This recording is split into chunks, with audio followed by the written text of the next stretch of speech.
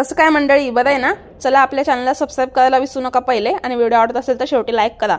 तर गावाकडून येताना आणला आहे हिरवा असा मेवा। आता मेवा का म्हणते बरं, कारण हा हुरडा ह्या महिन्यातच खायला भेटतो। ज्यांच्या घरी मका वगैरे पिकते त्यांना माहिती आहे। गावाकडचे जे लोक माझे व्हिडिओ बघत असतील ना, त्याने पटापट कमेंट करा बरं।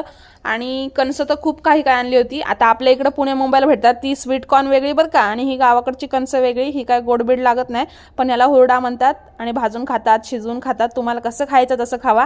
गावाकडून येताना आम्ही अशी एकदम 10-15 कणसं आणतो उचलून, आणि त्यातले मग सोलून खातो। कवळे कवळे असतील तर शिजवून खातो, मीठ टाकून कुकरला लावतो, पातेल्यात शिजवतो, असं करतो। तर याचा व्हिडिओ नेक्स्ट पार्टमध्ये येईलच आपल्या चॅनलवरती। पण त्याआधी हे हरभरे आणले होते, जे की सोलून भेटले होते आम्हाला।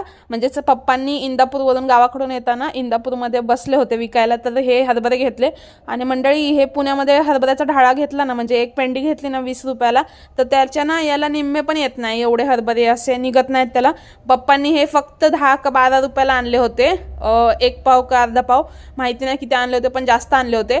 मग काय, मस्त अशी स्टीलची कढई ठेवून घेतली, गॅस थोडा मिडियम करून मी भाजत होते। याला जरा टाइम लागतो, पण एकदम काळे कुळकुळीत होईपर्यंत भाजायचे। आणि वरतून करपले ना, असं समजायचं नाही की आतमध्ये करपले असतील, आतमध्ये भाजायला वेळ लागतो, जरा पेशन्स ठेवायचे आणि भाजायचं। यामध्ये मी मीठ पण टाकलं होतं, माहिती आतमध्ये जात नाही मीठ, पण काय करायचं, खायला बसलं ना, ही कढई घ्यायची, अजून एक भांडा घ्यायचं आणि मस्त फोडायचं, मिठात बुडवायचं आणि खायचं। एक नंबर लागतं। तुम्ही खाल्लाय की नाही हरभऱ्याचा ढाळ्या कधी? गावाकडे आमच्या आत्या असायची ना माझी, तर शेतामध्ये आमच्या हरभराच असायचा।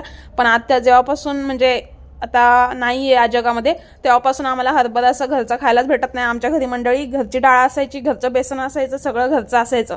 असो, गेले ते दिवस, राहिले त्या आठवणी। Bye bye.